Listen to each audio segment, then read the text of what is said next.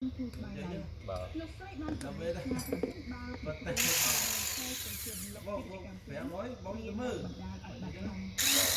Ông nên phun mê mà chóp không hả?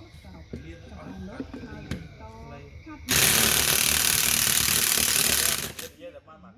hai đây, hai đây nó mang cái tiền từ người trong dân lời dầu không?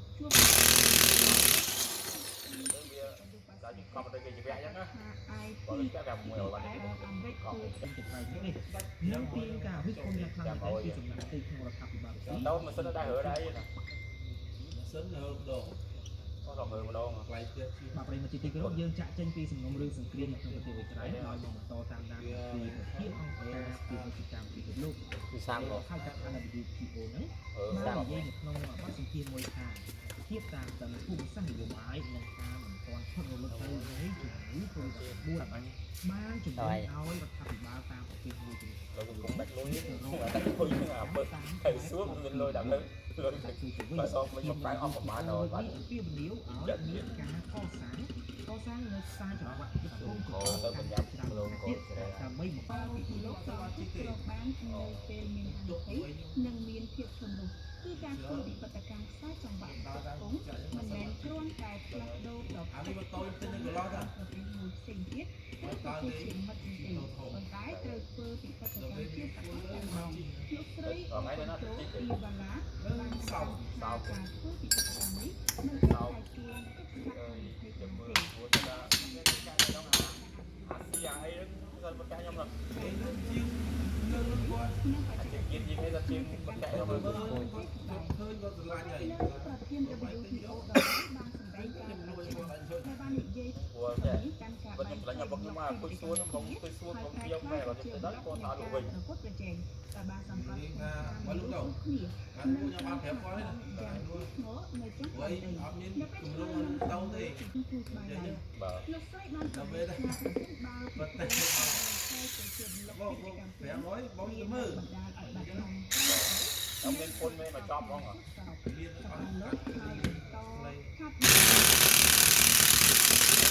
Giờ là mà hai đây nó mang cái tiền từ người trong dân lời dầu không? Tại vì còn đây cái vẽ nhá, còn cái vẽ mùi là còn chặt đây qua đây đấy cho mình cây cho mình cho mình mát ở giờ ba ta squat đi cho đi cái cho sao cái mà chung đi xí ấy sao cũng mai cho mình được sao mình và tập cũng là cũng bây giờ thằng nhưng mà mình biết thằng đó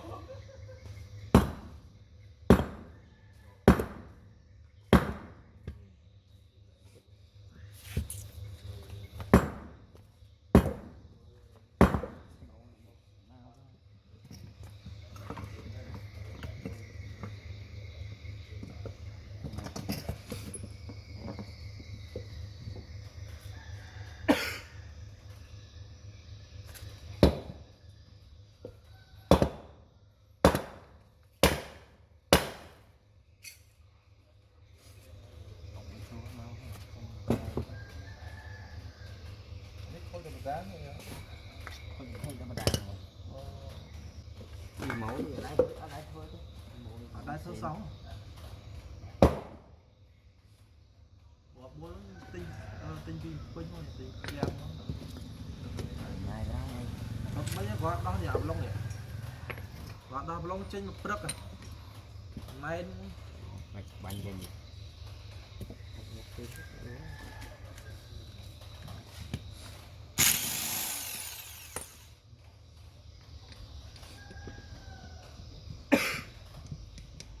cho một cái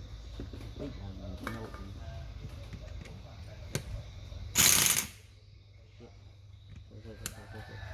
thôi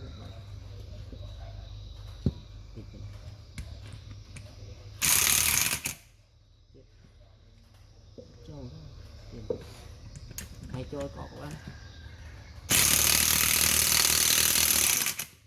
thấy anh thấy trôi thôi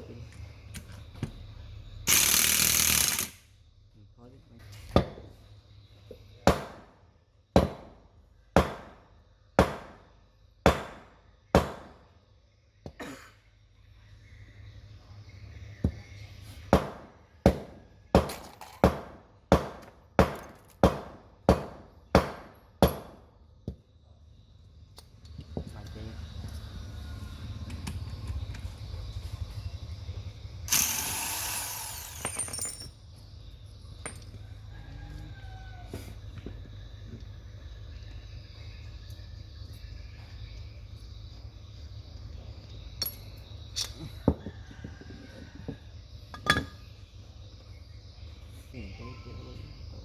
đi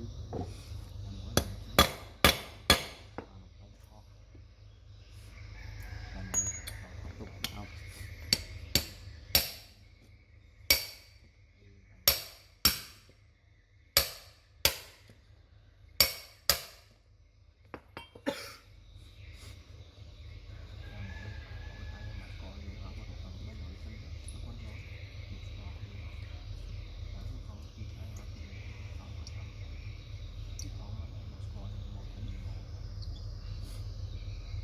thôi nữa này đừng mò nó xíu đập nó vẫy một tí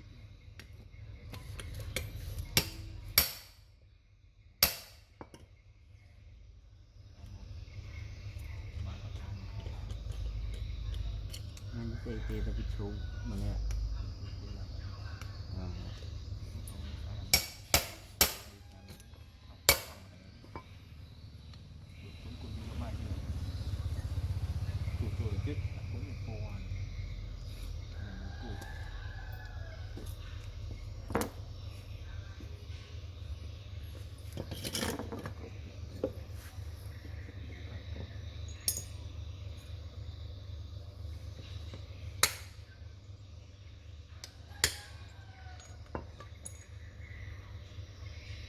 Thôi cứ đặt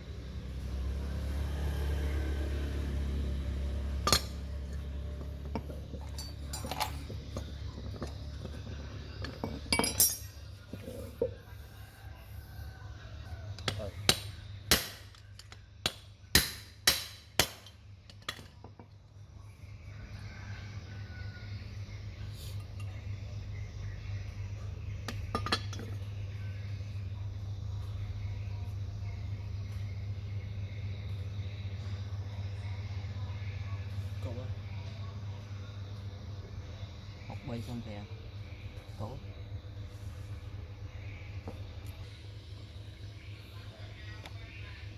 váy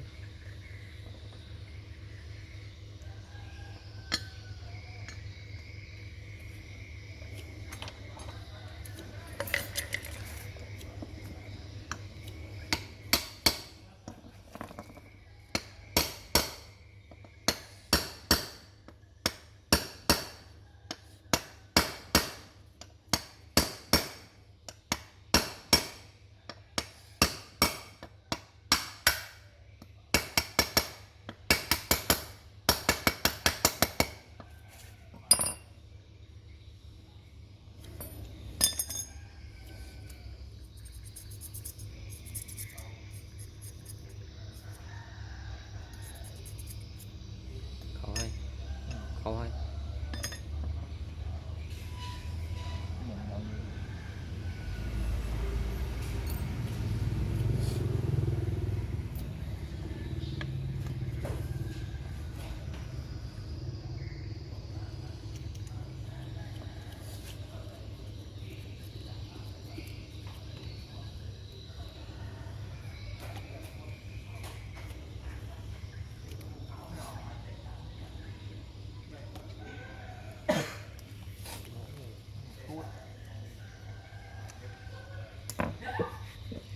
anh vẽ bằng xong rồi đó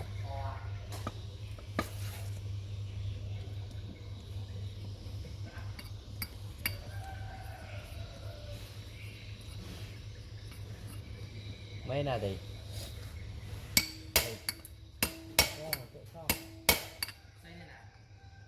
lấy rồi bắn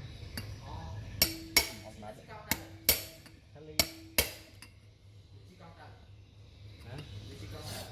vậy thôi đi on cái nào đi ấy nha vậy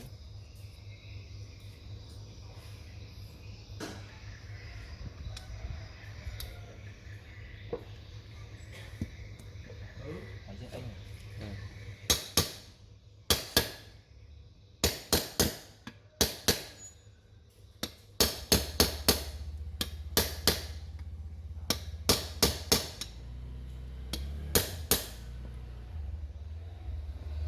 ốc nó ngon vậy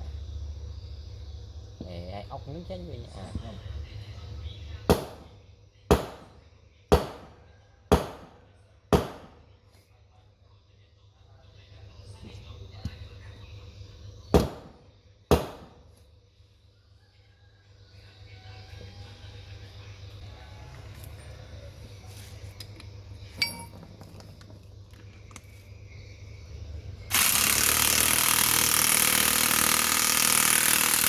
chết toán trọng vừa ngoài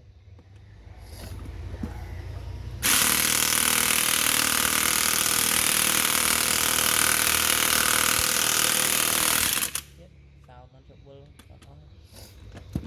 tao sao trọng vừa lại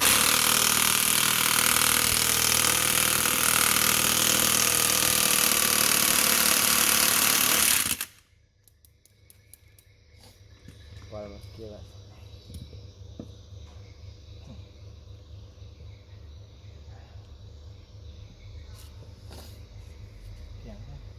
ốc ốc một thôi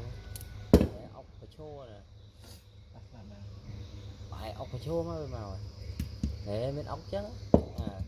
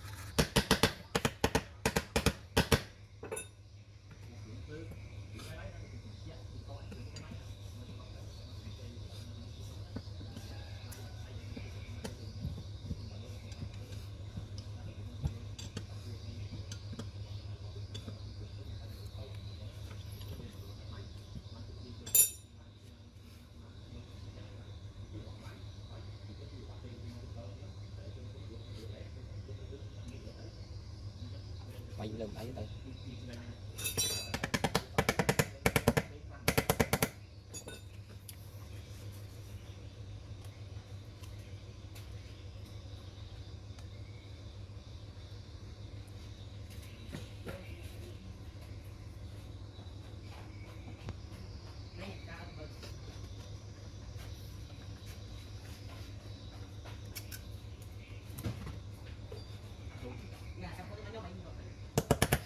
thơ này thật